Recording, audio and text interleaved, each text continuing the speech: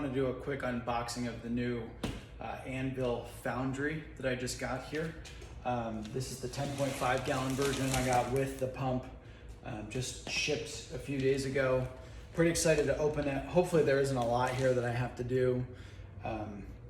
Obviously watched plenty of videos to try and figure it all out ahead of time.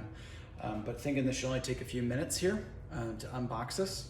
So looking forward to it, and we'll see how things go.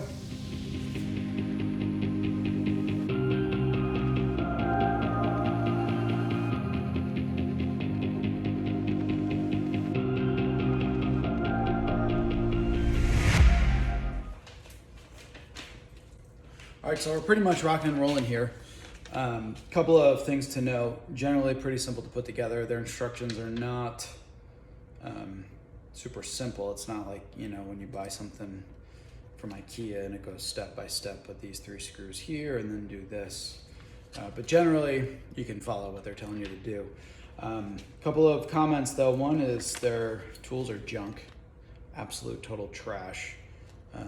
So make sure you use your own. The only positive, I guess, is even though you don't get a slotted screwdriver, you can use the back end of this when you're putting the clamps onto the chiller there. What else is weird is like it says assemble the lid, but the lid came assembled. Not quite sure there. And then the other interesting item to note here is that this is slightly different than the other ones that I've seen reviewed on YouTube thus far. Most everyone that's tried these out, there's a ring that you have to put on to the base so that when you're draining,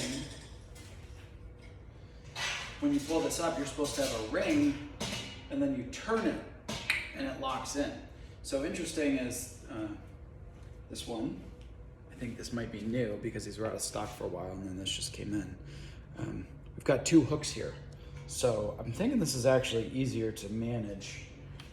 You put it in, obviously, and when you're ready to pull it out, you just pull it out and hook up against the edge. So that might be better. I actually kind of like that better, I think. We'll see how well it holds. You saw I grabbed a drill just to make sure that those screws were in there tight. Obviously not too tight. Never want to tighten anything over tighten. But then a couple of things that I still have to do. I'm not going to bore you guys with it. Probably not until the first time I actually use this for brew day. I need to cut the hose for the pump. So it doesn't come with 2 hoses. It comes with 1 long one. You got to cut it to the right size for the intake, and then obviously it's going out and up. So I got to do that. And then for power, I haven't even looked at the power yet here. I think it's got both cords available to use in the actual manual. Let's see if it says anything here real quick. It does. It's got it right here. 240 volt wiring guide. So you can wire it if you would like to 240. I've got 240 in my garage, luckily. So that's probably the way that I'm gonna go. Keep things moving faster. But this is great because you can do 120 or 240. So that's it at this point for the unboxing. Once we get ready to use it, we'll get back with you guys so you can see how things go from here.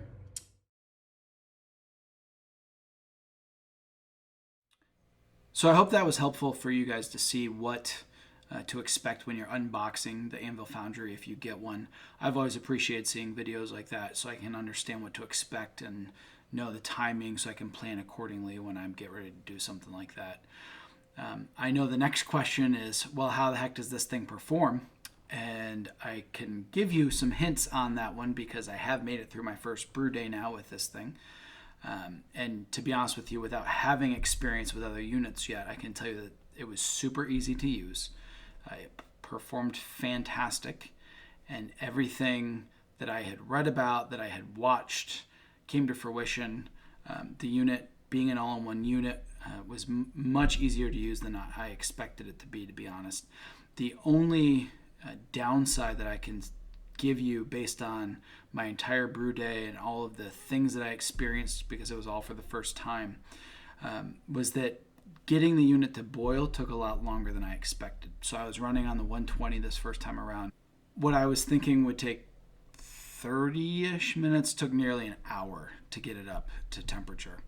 So just be aware of that when you're using it, that it does take quite a bit of time to get up to temperature.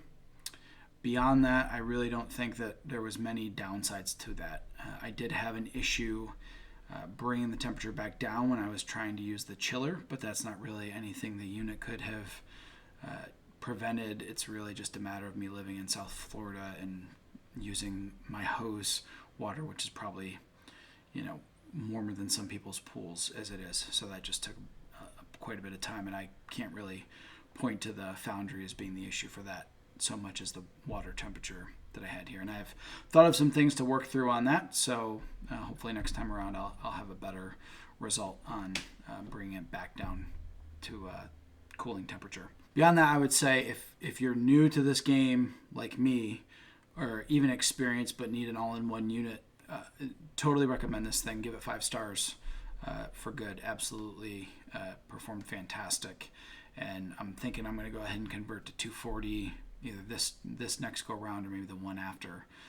So I can always give an update once we do that. But otherwise, this product certainly gets my recommendation. If you've been thinking about it, go for it. And good luck brewing.